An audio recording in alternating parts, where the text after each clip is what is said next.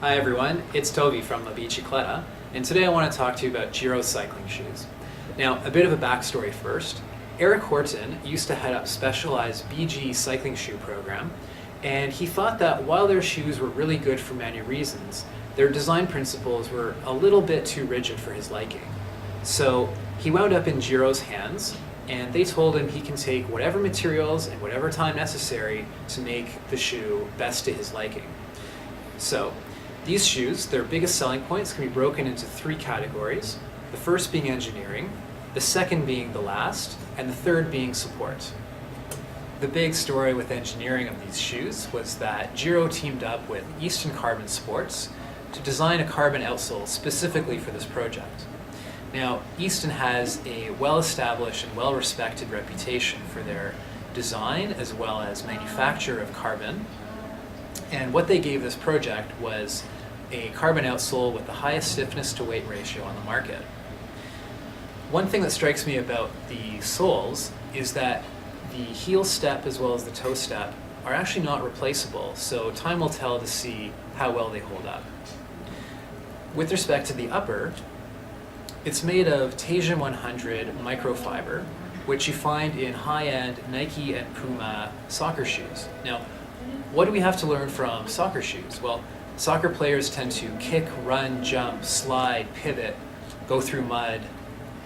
Basically, they're a lot harder on their gear than cyclists are. So what we have here is a upper that's actually overkill for a cyclist. It's lightweight, very supple, but strong and breathable. The last point with engineering is that if you look at the way the straps line up linearly, they're not in the same line, so you'll never actually get hot spots in the same spot of your foot. Giro uses a mid-volume last, which is between the Italian model on one hand, which is typically very thin, think seedy shoes, and on the other hand you have the American-Japanese model, which tends to have a big, wide open entry, and then you have to mold the shoe down to your foot. Think of the Shimano heat moldable shoes. Giro went through 16 last revisions before they came out with this onto market, and the last comes in half-size gradings throughout the entire sizing spectrum. The last big speaking point about these shoes is the support. Now, Eric Horton, when he was with Specialized, thought that the footbeds did not automatically need a 1-degree canting. Rather, it would be much more important to address arch support issues. So if you think about it, it makes a lot of sense. Most people have a natural arch to a certain extent, and if this is your foot inside the shoe, what's happening is when you apply force to the pedal on the downstroke, first the foot is pushing down to fill the volume of the shoe, and potentially your toes move forward, creating fictional hot spots. And then, only once the foot is completely collapsed, you start applying pressure onto the pedals. So power transference becomes a big issue. So what they've done is with every shoe model, you get a footbed, as well as 3 arch supports, high, medium, and low.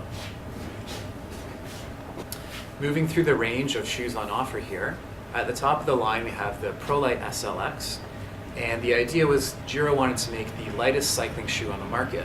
So notably, they didn't actually put a buckle at the very top. They found that a strap would weigh less and keep you equally as secure. So the carbon outsole uses Easton EC90 SLX carbon, which is the lightest that they make, yet strongest. Uses the Teijin 100 microfiber upper. The straps are all offset from each other to avoid hot spots. They actually use titanium D-ring loops as well as titanium screw threads for your cleats, and it weighs 205 grams. Next down the line we have the Giro Factor, which uses Easton's EC90 carbon outsole, has the same offset straps, aluminum D-rings, and steel screw threads, but this time they actually use an Italian ratcheting buckle, which moves one détente at a time, so it's very good for making micro adjustments while on the bike. As well, there's actually two positions which you can put the buckle on the shoe. This shoe weighs 255 grams, and overall the differences between the Factor and the SLX are pretty minor. On the good, better, best spectrum, the Giro Trends represents the good. It uses the Easton EC70 carbon outsole, so it's a little bit heavier, a little bit less stiff. It uses the same offset straps, the same Italian ratcheting buckle with two positions, but notably, it uses the Aegis antimicrobial compound on its insole, which will eventually wear off over time, as opposed to, in the upper two models, there's the X-Static antimicrobial threading. The shoes weighed a little bit more, but they have a sister model called the Trans HV, which uses a high volume last and would represent a double E wide shoe, but not necessarily any longer. Giro Cycling Shoes, over 1 year in the market, have already jumped to the number 3 cycling shoe manufacturer, so we invite you to check out what it's all about. Hi everyone, it's Toby from La Bicicletta, and today I want to talk to you about Giro Cycling Shoes. Now, a bit of a backstory first. Eric Horton used to head up Specialized BG cycling shoe program, and he thought that while their shoes were really good for many reasons, their design principles were a little bit too rigid for his liking.